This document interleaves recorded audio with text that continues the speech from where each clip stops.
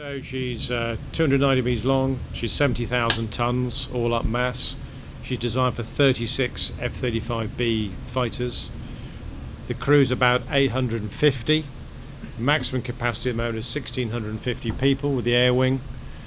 She develops 110 megawatts of power, sufficient to power a small town, with 6 prime movers, 2 Rolls-Royce gas Trents aero engines, the ones you see on the bottom of a 747, and 4 Wärtsilä V16s.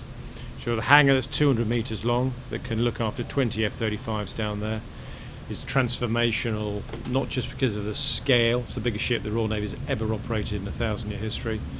Number 2, it's transformational because it's trans-organisational. So the Royal Air Force are jointly manning the jet. We've got the Royal Marines embarked.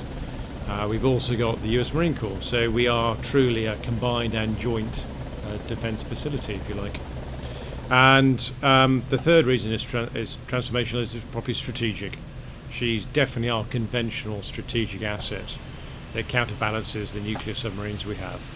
And I think the awakening in the political class that this sends a political message when she sails is important, and that's new to us.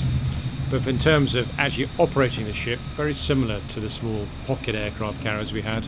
It's just the deck's 4 times the size. So for me, the similarities are sufficient that it actually feels quite normal out here.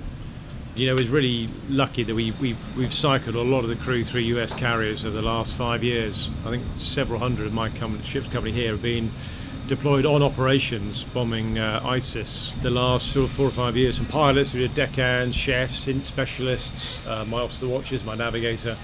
So keeping that pilot light alive has been well managed actually.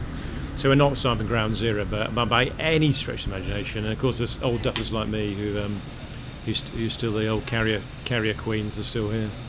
So I think we've done okay, but we've still got a lot to catch up. Nevertheless, we're certainly not combat ready yet. We've got another 2 years before we're ready to go out. So the first deployment is 21, who knows where, but we'll be ready.